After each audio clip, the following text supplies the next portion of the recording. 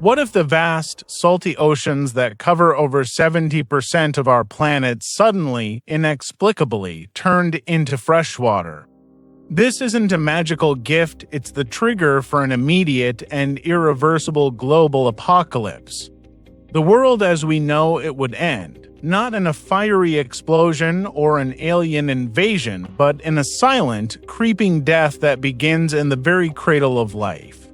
The transformation would be instantaneous, and so would the consequences. The first victims would be the countless trillions of organisms that call the ocean home. Nearly every marine animal, from the colossal blue whale to the tiniest krill, is specifically adapted to a saline environment. Their bodies are masterpieces of osmotic regulation, a delicate biological balancing act that keeps the salt concentration inside their cells stable against the saltier water outside. When that external saltwater environment vanishes, replaced by fresh water, this balance shatters. Imagine every fish, every squid, every crab, every microscopic plankton. Fresh water would flood into their cells through osmosis, a relentless, unstoppable tide. Their cells would swell, distend, and then rupture in a microscopic cascade of death. It would be like every marine creature simultaneously suffering a fatal, whole-body aneurysm.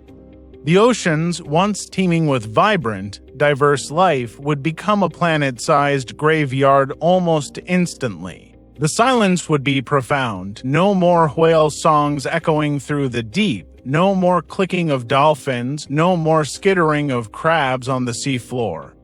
Just a vast, quiet, and rapidly decaying soup of organic matter. The sheer scale of this die-off is almost impossible to comprehend. We're talking about an estimated 99% of all marine life gone in a flash. The world's largest ecosystem, the foundation of countless food webs, would simply cease to exist. The stench of decay rising from the newly fresh oceans would be a global phenomenon, a putrid miasma carrying the scent of a dead planet across continents. This biological collapse would be just the beginning. The second act of this planetary disaster would be a catastrophic and rapid shift in global climate. The oceans are not just a habitat. They are the Earth's primary climate regulator, a massive engine driven by differences in temperature and salinity. The Great Ocean Conveyor Belt, a system of deep ocean currents that circulates water around the globe, is fundamental to this regulation. It transports warm water from the tropics towards the poles and cold water from the poles back towards the equator, distributing heat and moderating climates worldwide. A key driver of this conveyor is thermohaline circulation, thermo for heat, halon for salt. Dense, cold, salty water sinks in the polar regions, particularly in the North Atlantic, pulling warmer surface water in behind it. This process is what keeps regions like Western Europe far milder than their latitudinal counterparts like Canada or Siberia. With the oceans turned to fresh water, the halon part of this equation vanishes. Fresh water is significantly less dense than salt water. Cold fresh water, even at near freezing temperatures in the Arctic and Antarctic, would no longer be dense enough to sink and drive the deep ocean currents. The Great Ocean Conveyor Belt would grind to a halt. The consequences would be swift and brutal. Without the influx of warm tropical waters, regions like the United Kingdom, Ireland, and Scandinavia would be plunged into a deep freeze. Average temperatures would plummet by 5 to 10 degrees Celsius or even more. Winters would become unimaginably harsh and long, resembling those of northern Siberia. Glaciers would begin to advance, burying cities and landscapes under sheets of ice. A new, localized ice age would descend upon northern Europe and parts of North America within a matter of years, not centuries. Simultaneously, the tropics would suffer the opposite fate. Without the ocean currents to carry away excess heat, the equatorial regions would bake. Temperatures would soar to unbearable levels, creating vast, uninhabitable zones of extreme heat and humidity. The delicate balance that allows for rainforests to thrive would be shattered.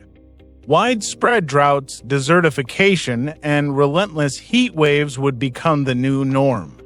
The planet's climate would become a world of stark, unforgiving extremes, frigid, expanding polar and temperate zones, and a scorching, expanding equatorial belt. The habitable zones of the planet would shrink dramatically, squeezing the survivors of humanity into ever-narrowing bands of land where the climate is merely hostile, not instantly lethal. As if an ice age in the north and a fire age in the south weren't enough, the very air we breathe would begin to change. Phytoplankton, the microscopic marine plants that form the base of the oceanic food web, are responsible for producing between 50 and 80% of the Earth's oxygen through photosynthesis. These organisms are, of course, adapted to saltwater. In a freshwater ocean, the vast majority would perish alongside the animals.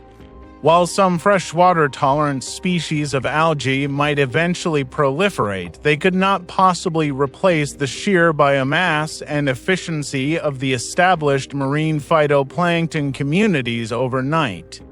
The immediate drop in global oxygen production would be staggering. Initially, we might not notice the Earth's atmosphere has a large reserve of oxygen. But over time, as remaining oxygen is consumed by a world still filled with decaying organic matter and breathing organisms, the concentration would begin to fall. This decline would be slow but relentless. At higher altitudes, the effects would be felt first, with hypoxia becoming a chronic issue.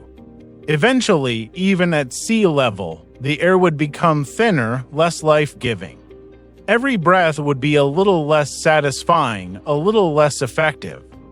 Physical exertion would become more difficult, cognitive function would decline, and the very act of living would become a struggle against slow-motion asphyxiation.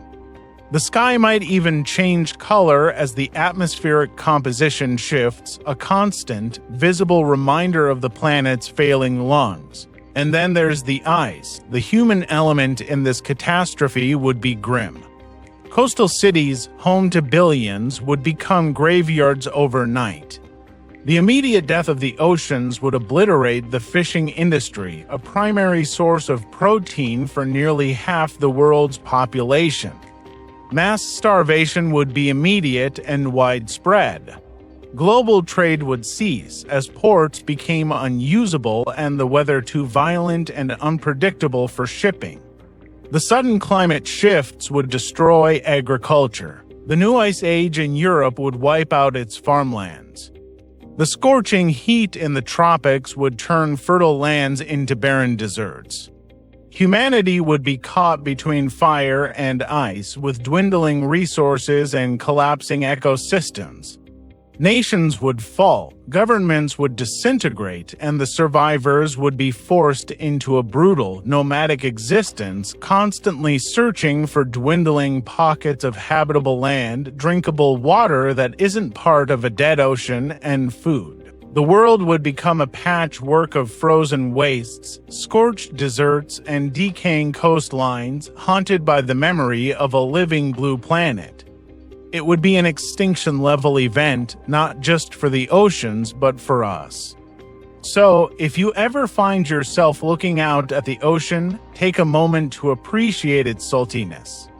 That simple chemical property is not just a feature of our world, it is a pillar of its existence. Without it, the intricate, beautiful, and terrifyingly fragile systems that allow for life as we know it would unravel in a heartbeat, leaving behind a silent, sterile world.